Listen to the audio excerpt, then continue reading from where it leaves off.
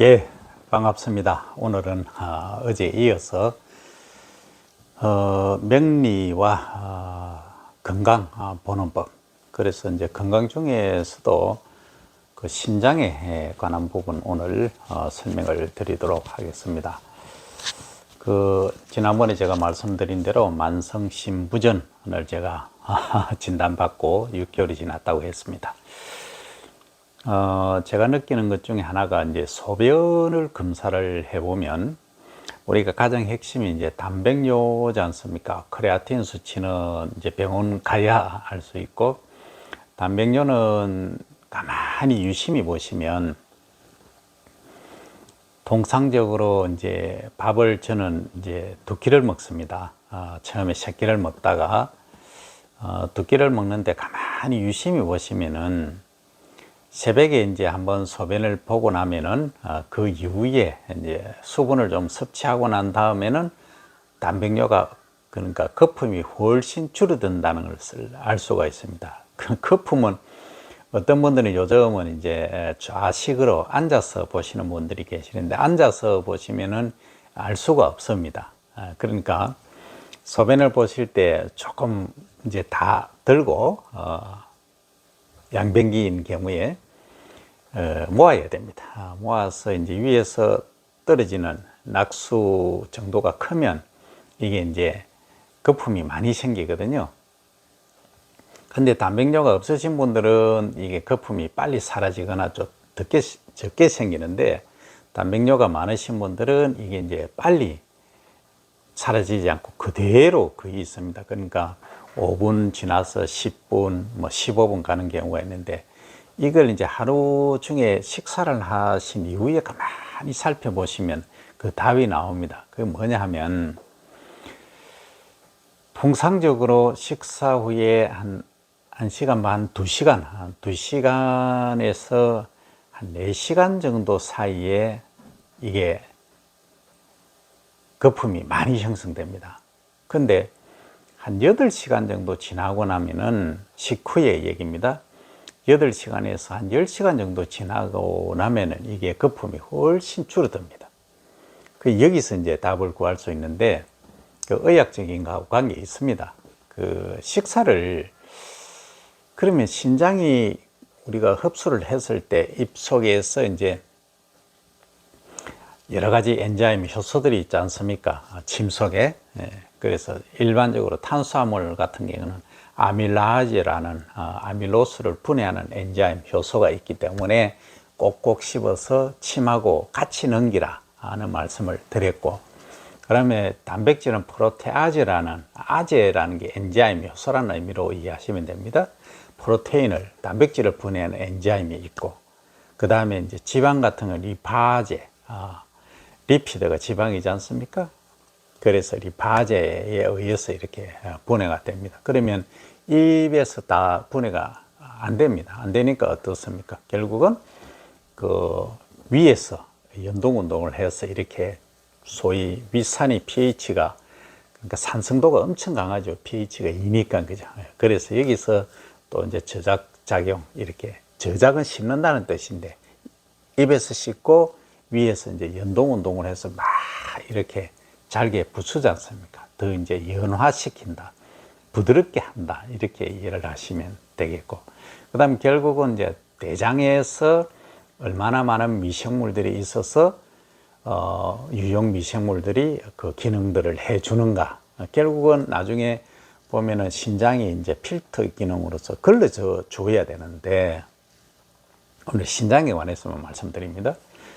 걸러주는 필터, 어제 말씀드린 대로 필터 역할을 제대로 못하니까 이게 이제 소변으로 단백질이 이제 나오기 때문에 그런 겁니다. 그럼 가만히 생각해 보면 답이 있죠.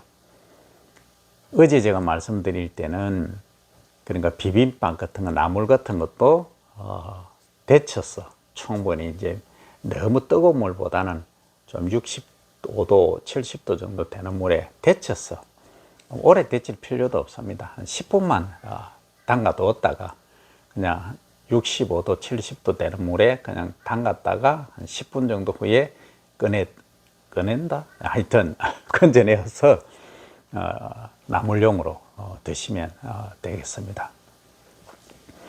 그러면은 이제 이게 하루에 2끼를 먹느냐, 3끼를 먹느냐, 이게 이제 중요한데, 저는 4끼를 추천드립니다. 4끼인데, 2끼 드시는 양을 4끼로 나누어 드시라는 겁니다. 어떤 분들은 제가 이제 실험을 해보니까, 이게 이제 의학적으로 가장 기본이죠. 그러니까 이를 이제 우리가 심장이라든지 모든 안에 내부 장기들이 하는 일이 있는데, 한 번에 너무 무리하게 일을 시켜 놓으면은 일을 거부를 합니다. 결국은 일을 감당을 못 한다는 얘기죠. 능력은 요 정도인데 이 정도 일을 시켜 놓으니까 다 못 합니다. 그래서 소식으로 조금씩 일 4번에 나누어서, 언제부터냐, 아침 7시 정도에 아침 식사를 하신다고 보면, 아침 원래 드시는 거에 절반, 점심도 이제 나누어서 드시면 됩니다. 그러니까 아점 정도로 드시면 가장 좋은데, 사회생활 하시다 보면 그게 어렵지 않습니까? 그래서 11시경에 아점 정도로 해서 절반, 점심의 절반, 그 다음에 이제 오후에 중참이라고 하지 않습니까? 안 드시면 더 좋고, 좋은데 이제 허기가 질 수가 있으니까 처음에는 이제 그렇게 진행을 하시고, 그리고 저녁 7시 이후에는 안 드시고, 그래서 이제 저녁도 이렇게 나누어서 이제 4회 정도로 하시되, 여기 어느 정도 숙달이 되시면은 아침 안 드셔도 큰 문제는 없습니다. 문제는 없고, 밥 자체는 이제 단백질 함량 자체가 적기 때문에 큰 문제가 없는데, 이제 반찬이 문제죠. 그 반찬은 밥을 먹기 위해서 반찬을 먹는지, 반찬을 먹기 위해서 밥을 먹는지 요즘 좀 혼돈의 시대이긴 합니다. 어쨌든 그런 걸 다 떠나서 결국은 이제 허기 지는 것을 이제 막기 위한 방법이 또 하나가 있습니다. 뭐냐 하면, 우리가 음식물을 딱 섭취하고 위에서 꼬르륵 꼬르륵 소리가 보통 나는 경우도 있지만 나지 않는 경우도 있습니다. 그러니까 꼬르륵 꼬르륵 소리가 나면은 이게 마음이 급해지는 거죠. 그러니까 꼬르륵 꼬르륵 소리가 나기 전에, 그러니까 위가 요구하기 전에 조금씩 이제 드시는데, 어떻게 드시냐면 무조건 15분을 넘기셔야 됩니다. 식사 시간을. 그러니까 입에서 꼭꼭 씹지 않습니까? 씹어서 침을 음식물에 완전히 혼합을 비벼야 됩니다. 표현이 좀 그런데 그렇게 하시면 이 아밀라아제가 충분히 이 전분을 이제 희석을 시켜주기 때문에 결국은 우리가 췌장에 하는 일을 부담을 줄어드는 거죠.